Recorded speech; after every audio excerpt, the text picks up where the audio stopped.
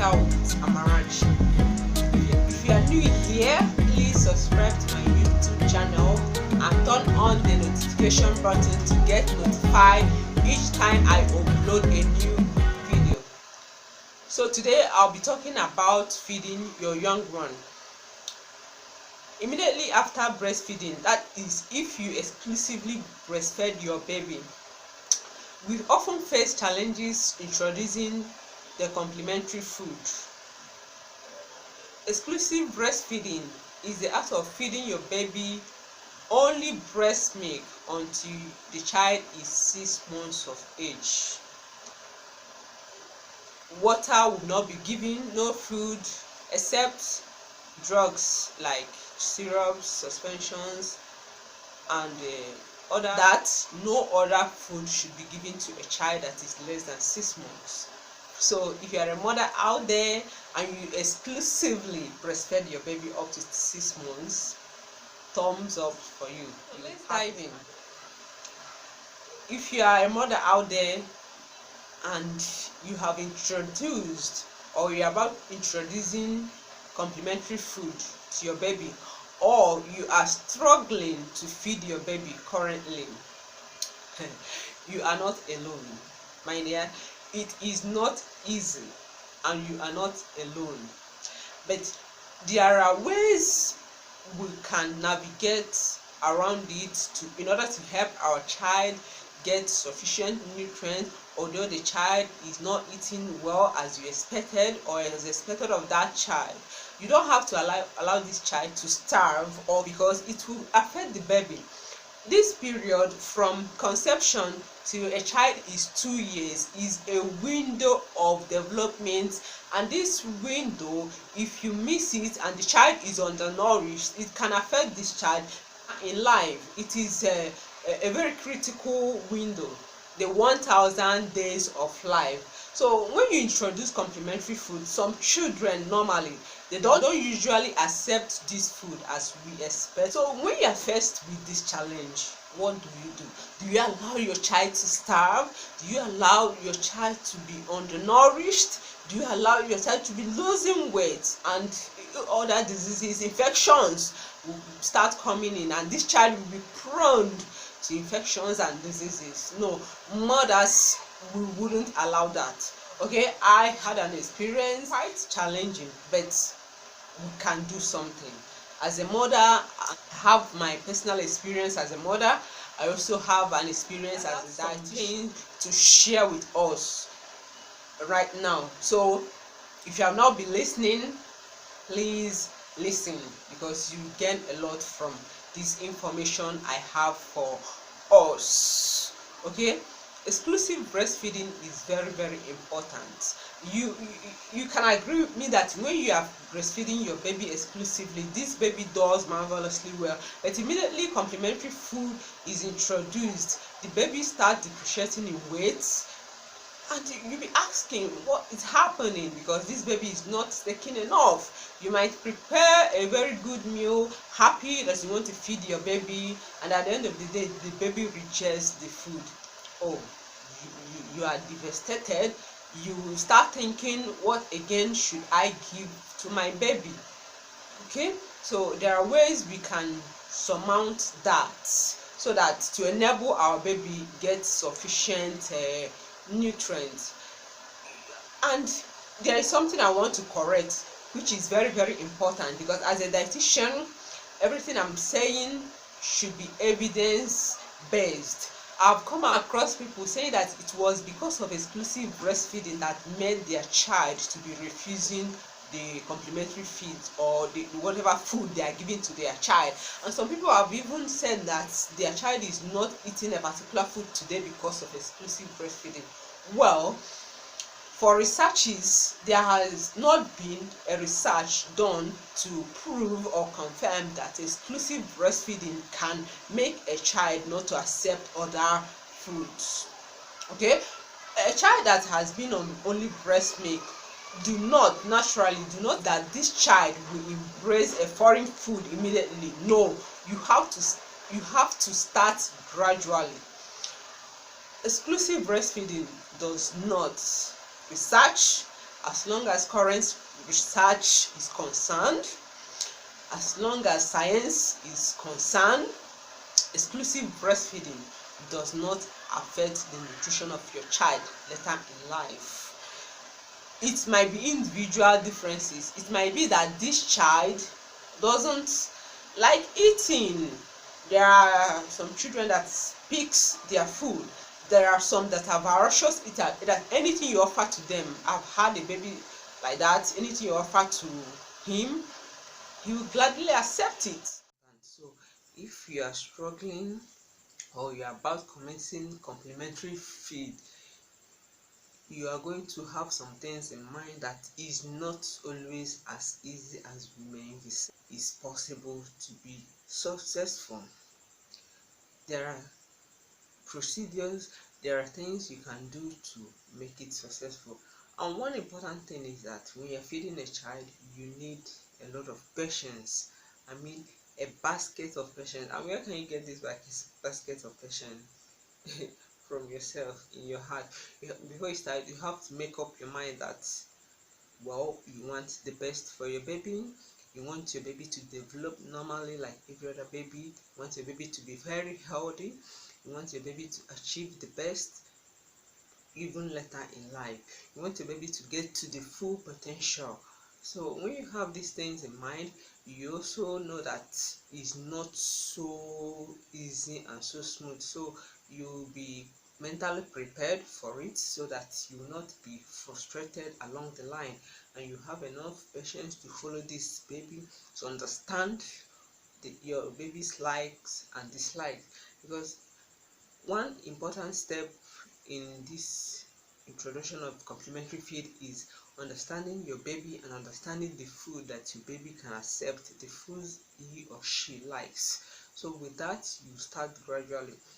So it's often good you start a particular food, give it within a week interval, and watch if this baby reacts to this food or if this baby rejects this food. After 1 week, you can try another food. After another week, you can try another food. When you have turned over so many food, you can particular food your baby may like and the one your baby does not like. So when you identify the ones your baby like, you cannot give that often. And other ones, it's not as if you will not give, but you will still give gradually. And when you're introducing complementary feed, you don't expect a baby that you are just introducing to a new food to finish one bowl of food. No, you start gradually with small spoons, like 2-3 spoons at a time is okay. So if you are starting with the mindset that, oh, I want to feed my baby one bowl of porridge, and you're expecting the baby to finish it, is not really possible. So you have to have in mind that this baby will just take little, and you have to feed the baby just few spoons at a time. After some time, you give another. So as time goes on, you increase the quantity of the feed, and you have to make the feed in a consistency that the baby can really accept it. It has to be well mashed and smooth enough to ease swallowing and even digestion. Because if you cut a big chunk and give to the baby, it might cause a choking hazard, and the baby might not be able to swallow it very well and might not really accept it. So you will not give the baby the food an adult will have to chew, because this baby cannot chew at this particular point in time. Complementary feed starts by 6 months, so you don't expect a 6-month-old baby to start chewing food. So you have to either grind it or mash it very well. Around 8 to 10 months, the consistency of the food will change. It will become thicker than that of 6 months, because baby has advanced, and you also advance the consistency and the quantity of the feed. Another thing, gradually you introduce, around these 10 months, you introduce finger foods. If your baby is able to grab food, something like banana, avocado pear, you can cut them in strips and give to the baby. The baby can grab it, hold it by him or herself and eat it. Some children prefer to eat by themselves and they find it appetizing or funny eating by themselves. So at this period you introduce a finger food. But going down from 6 months, around 6 months you can introduce something like rice, well mashed rice, or our popular pap, or any of the cereal grains like millets, sorghum, guinea corn, any one of your choice, made in a fine grill so that the baby can easily accept it. And then you have to fortify this because immediately after 6 months the nutrient content of the breast milk, most especially the iron, depreciates another nutrient. So that is why the complementary feed is very, very important to complement what the breast milk is providing. So when you bring other feeds, it helps to make the breast milk complete. But before 6 months the breast milk is good enough to sustain the baby, but immediately after 6 months it can no longer sustain the baby, so says research. So when you have introduced growth, you will check how the baby is tolerating it and also watch out for allergies. If there are foods that the baby reacts, you can stop and reintroduce the food next time and check if it is actually the food that is causing the allergy or something else. Then it's also good to gradually introduce vegetables. You have to mash them very well, cut, wash very well. And one thing about preparing the food of a baby is hygiene. You have to maintain an optimum hygiene. Wash your hands regularly, the utensils, wash them very well, and wash again with hot water, that is sterilizing, so that there will be no introduction of microorganisms and no cross contamination. So when you have introduced the grains, introduce fruits, you can also choose of the fruits and give to the baby. Then the vegetables you mash very well and offer to the baby. And then you can introduce a egg yolk and feed egg yolk. And then the food can be enriched with chicken stock or meat stock. Strained, it has to be strained in a way that all the particles that can cause hazard, that can cause choking hazard, will have to be removed from the stock so that only the water will be given. That can help to enrich the food. So one thing you have to bear in mind is that feeding a baby, you have to take one food at a time. You don't have to introduce so many food in one day or even 1 week. It's not advisable because the child might start reacting and it will be difficult for you to identify the particular allergen in the food. So if it is one food, it is easier to identify. If someone is telling you that maybe your baby is not accepting his food because of exclusive breastfeeding or because you're still breastfeeding the baby, it is not true. Because when you introduce complementary feeds, it is important that you continue to breastfeed your baby. When you stop breastfeeding your baby as early as 7 months, 8 months, 9 months, no, you are not giving the best to your baby. If you love your baby, you have to continue breastfeeding with the complementary feed because the baby still needs the breast milk. The breast milk on its own is very, very good.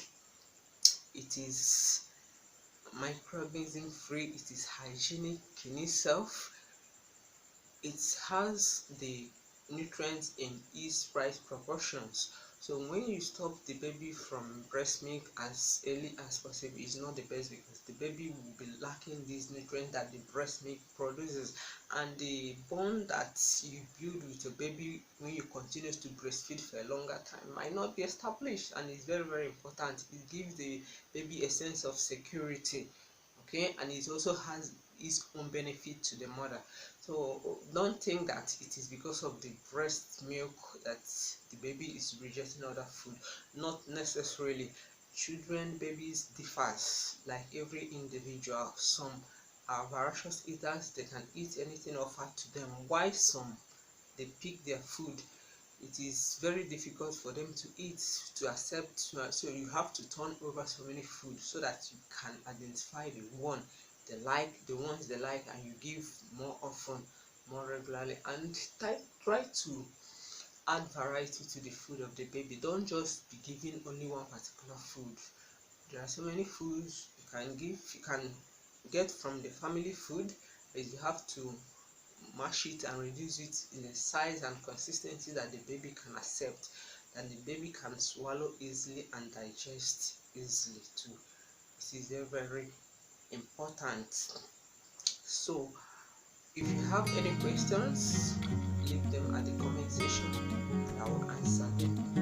If you have gotten value from this video, give me a like and subscribe to my YouTube channel. Stay healthy. Take care of